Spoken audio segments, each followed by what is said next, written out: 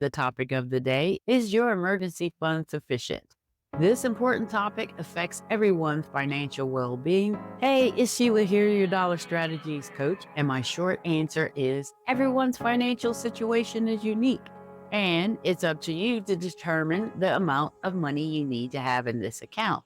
So I want you to have financial freedom. And I know that's what you're looking for, but all you have to do is put a little effort into planning for any emergency. So, an emergency fund just provides financial security for those unexpected events like job layoffs, medical emergencies, car repairs, unexpected expenses that you couldn't cover after your necessities are paid for. Where are you going to get this money from? Are you going to apply for a loan or can you qualify?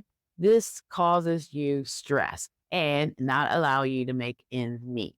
First, let's assess your current financial situation. Start by evaluating your monthly expenses and income. Are you able to cover your essential expenses comfortably with your current emergency fund?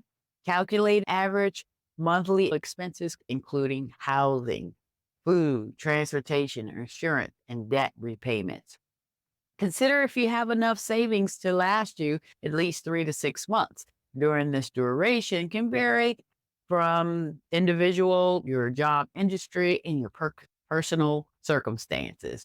Take into account if you have dependents that rely on you as well. Identify potential risks and vulnerabilities in your life that may be tapping into your emergency fund.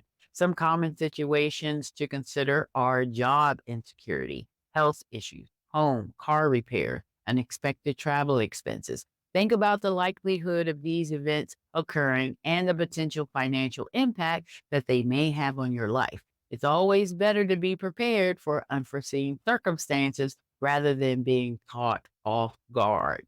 Keep in mind, your emergency fund should be easily accessible in liquid form, such as a saving account, money market, high yield, short term CD. If you fall short, consider increasing your contribution to your emergency fund. Consider the potential risk and peace of mind. Evaluate your risk tolerant level and the comfort that you have with your current emergency fund size. Some individuals may prefer having a larger emergency fund to buffer against unexpected events, while others may be comfortable with smaller revenue. Assess your peace of mind levels when it comes to financial uncertainties.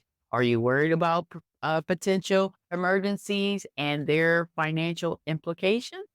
Remember that peace of mind is invaluable, and having a significant emergency fund can greatly reduce stress during these challenging times. The general guideline is having and sustaining your expenses for 3 to 6 months. Once you've achieved this, aim for 9 to 12 months. Start with $50 a month. Increase that over time.